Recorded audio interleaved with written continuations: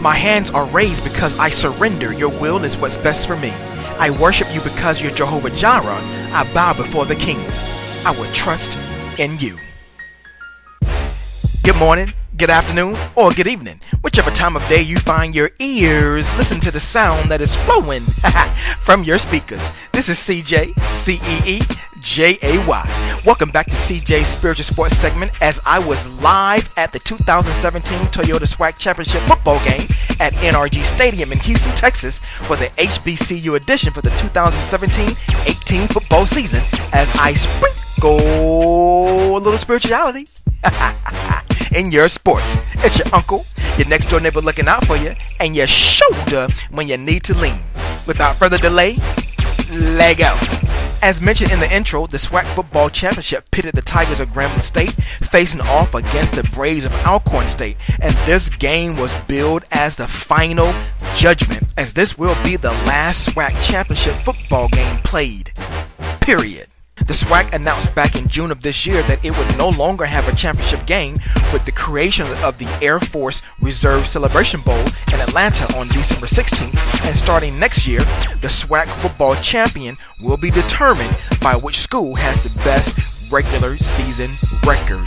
But nonetheless, I digress, as Grambling struck first early in the first quarter to begin the game at 7-0, but Alcorn said, "Not so fast, my friend," and scored about 5 minutes later, and at the end of the first, they were tied at 10-all, and in the second quarter, it was all Grambling State, as they scored 28 consecutive points primarily behind their dynamic quarterback Devontae Kincaid, who finished the game with 223 passing yards and 2 TDs and 75 rushing yards and again 2 TDs. And he was also named the game's offensive MVP, but he eventually left the game due to a minor head injury, and the Tigers would lead 38-10.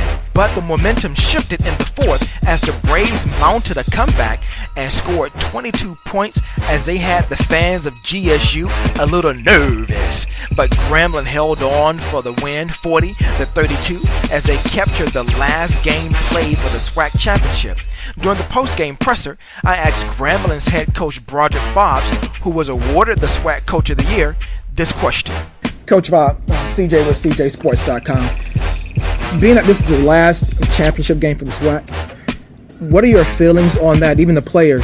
And would you prefer to play a championship game versus having the best record in the regular season and being crowned a champion? I think it helps the conference to have a conference championship game. Okay.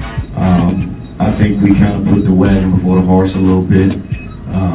We have to grow to this particular venue, and in my opinion, I love the Celebration Bowl. I think it's great for HBCUs and the SWAC conference.